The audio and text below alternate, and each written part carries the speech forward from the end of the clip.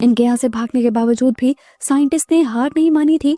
वो तो इन्हें हर हाल में मारना चाहता था, इसलिए वो अपने डिवाइस का इस्तेमाल करते हुए बहुत से ज़ॉम्बीज़ को उनकी गाड़ी के पीछे लगा देता है।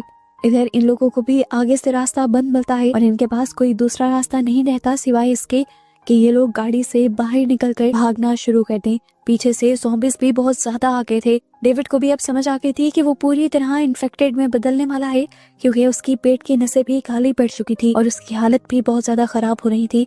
वो यहाँ पर अपनी वाइफ को मिलता है और उसे लास्ट गुड बाय कहता है। उसकी वाइफ यानी मेगन उसे छोड़कर जाना नहीं चाहती थी, लेकिन तब वो मेगन से कहता है कि ये सब मैं हमारे बेबी के लिए कर रहा हूँ। ये कहकर वो उसे कैसियस के साथ भेज देता है और खुद यहाँ बचे कुछ ज़ॉम्बीज़ से लड़ने लग जाता है। ज़ॉम्बीज़ बचे हुए तीनों लोगों का पीछा नहीं कर पाते और इस तरह ये लोग नदी के किनारे पहुंच जाते हैं। इनकी खुशकिस्मती यही थी कि इसी पानी के अंदर उस टाउन को बनाया गया था जहाँ पर मेगन को आना था। एबिगेल फौरन जाकर मदद की रिक्वेस्ट करती है और इन्हें देखकर वो लोग इन्हें कवर देने लगते हैं और दूर से इनके पीछे आने वाले मॉन्स्टर्स पर हमला कर देते हैं, जिसके बाद इन लोगों को कॉलोनी के अंदर लेने के लिए एक बोट भेजी जाती है और फाइनली ये लोग ज़ॉम्बीज़ से दूर आ जाते हैं। पता चलता है कि ये ज़ॉम्बीज़, ये फेरल्स पानी के अंदर नहीं आ सकते थे। अब हमें कॉलोनी का एक सीन दिखाया जाता है।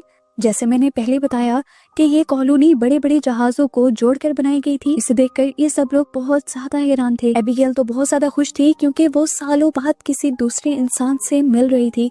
उसे यहाँ पर बहुत ज्यादा मजा आ रहा था। मेगन, जिसकी हालत इस टाइम खराब हो गई थी, उसे भी यहाँ पर मेडिकल फैसिलिटी मिल गई थी।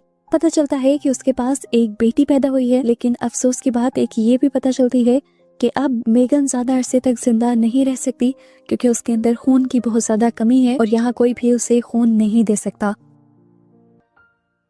इसी रात नए लोगों के आने की खुशी में यहाँ पर एक पार्टी होती है और एबिगेल, जो इन सारी चीजों से बहुत लंबे अरसे से दूर थी, उसे बहुत ज्यादा मजा आता है। लेकिन कैसे सब उसे अलर्ट कर देता है कि हमें यहाँ से जाना चाहिए, पर एबिगेल यहाँ से जाना नहीं चाहती थी। इसलिए इन दोनों के दरमियान में बहस हो जाती है। घूमते घूमते एबिगेल एक सीक्रेट रूम में पहुंच जाती है जहाँ पर बहुत सारे एक्सप्लोजिव्स लगाए हुए थे और यहाँ पर एक बड़ा सा रिमोट भी लटका हुआ था। इससे पहले कि वो हाथ लगाती थी, एक लड़का आकर उसे रोक लेता है और बताता है कि ये हमारा प्लान बी है। अगर कभी इस कॉलोनी पर भी फेरल्स का हमला हो गया तो वो बताता है कि नीचे के बने हुए टनल वाले रास्ते से हम सब लोग यहाँ से भाग जाएंगे और इस कॉलोनी को बॉम्ब्स के जरिए उड़ा देंगे ताकि वो सारे ज़ॉम्बीज़ जो यहाँ पर आए थे वो मारे जाएं। वो लड़का तो वैसे ही ये सारी इन्फॉर्मेशन एबिगेल को दे रहा था, ये नहीं जानता था कि इसकी जरूरत अभी पड़ जाएगी, क्योंकि वो पागल साइंटिस्ट अब अपनी डिवाइस का इस्तेमाल करते हुए बहुत सारे ज़ॉम्बीज़ को यहाँ पर ले आया था। उसने अपने साथ अल्फा फेरल को मिला लिया था। ये वही फेरल था जो सबसे पहले मिलने वाले सर्वाइवर ग्रुप का लीडर